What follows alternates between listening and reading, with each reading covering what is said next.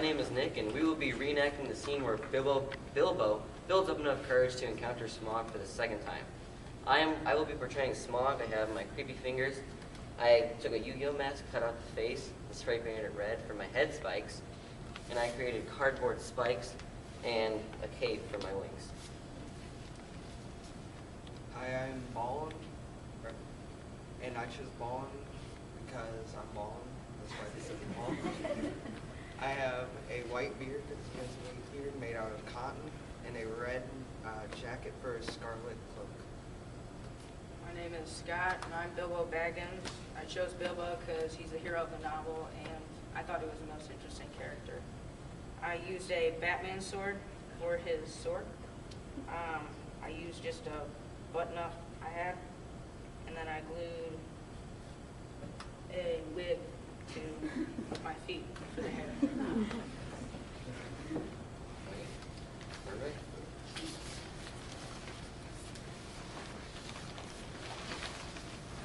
What do you suppose we should do, Mr. Baggins? I have no idea at the moment if you mean about removing the treasure. That obviously depends entirely on some new turn of luck with getting rid of Smaug.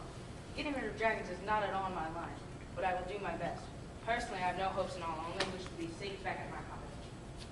Never mind that. What do you suppose we do today? Well, if you really want my advice, I should say we can do nothing but stay where we are. In the meanwhile, everyone ought to be in the tunnel by night. I have my ring, and I will creep down this very noon. And if Smaug ought to be napping, I will see what he is up to. Perhaps something will turn up. Everyone has its weak spot. That's a good idea, young Hobbit. Thank you.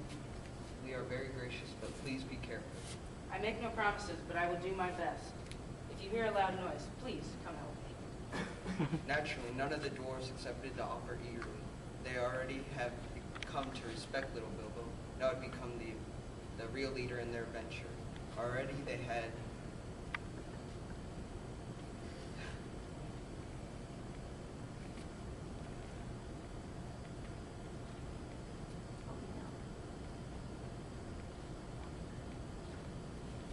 you will walk down this midday and see what Smaug was up to. So silent was his steps that you could hardly hear.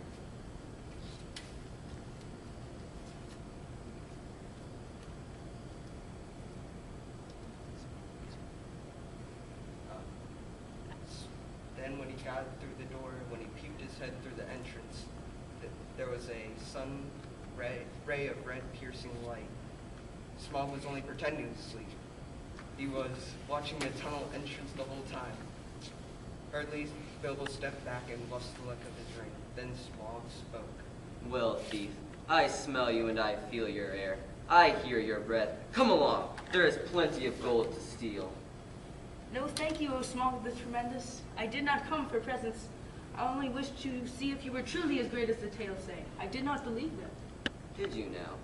Truly, tales and songs fall utterly short of the reality, O Smaug, greatest and chiefest of calamities. Oh, you have such kind manners for a thief and a liar. And you seem familiar with my name, but I don't seem to remember smelling you before. Who are you and where do you come from, may I ask? You may indeed. I come from under hill, and under the hills and over the hills my path led. I am he that walks unseen. That is hardly a usual name. I am the clue finder, I am the web cutter, I am the stinging fly. I am chosen for the lucky number. Very well, but lucky numbers don't always come off. I am he that buries his friends alive and drowns them, and draws them alive again from the water. I am from a bag, but no bag went over me. These don't sound so credible. It is also an awkward fact that dragons keep half an eye open if they are suspicious while they sleep. Smaug certainly would press sleep, but wouldn't.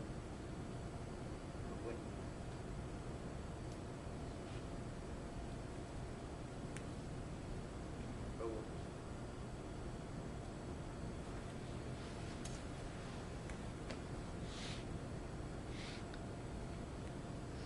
I thought so last night. Lakeman. Some nasty, miserable tub-trading lakeman. I haven't been down that way for an age and an age, but I will soon alter that. Very well, O Barrel Rider. Maybe Barrel was your pony's name, maybe not, though he was fat enough. Bilbo.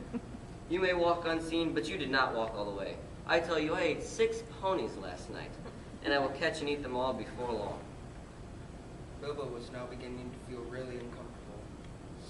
Whenever Smaug's roving eyes seeked him behind the shadows, yet Bilbo had a sudden urge to run out till Smaug retreated and he soon was about to come through the dragon's spell, but plucking up the courage, he spoke again. Oh, Smaug, you don't know everything. Not gold alone brought us hither. Ha!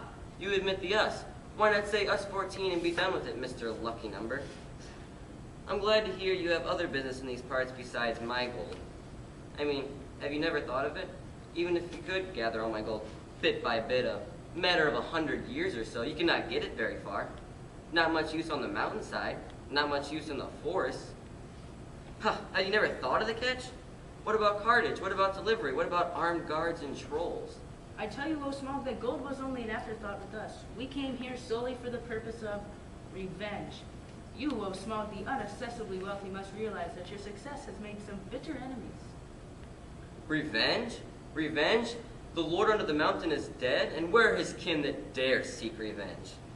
Girion, lord of Dale, is dead, and I have eaten his people like a wolf among sheep. And where are his sons that dare approach me? I kill where I wish, and none dare resist.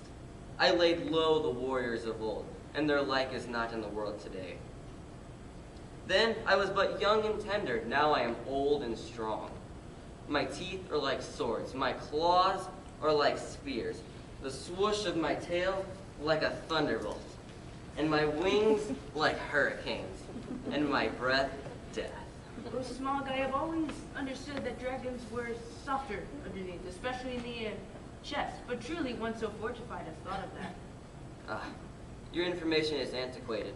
I am fortified above and below with iron scales and hard gems. No blade can pierce me. I might have guessed it. Truly there can be nowhere found to harm Smaug the impenetrable. There was one smell, however, Smaug could not make out. Hobbit smell. It was quite outside his experience and puzzled him mightily.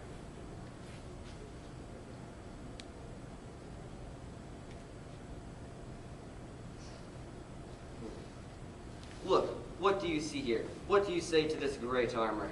Dazzlingly marvelous, staggering, flawless, perfect. But secretly I thought to myself, old fool, why there's a bare patch in your left breast as bare as a snail out of its shell.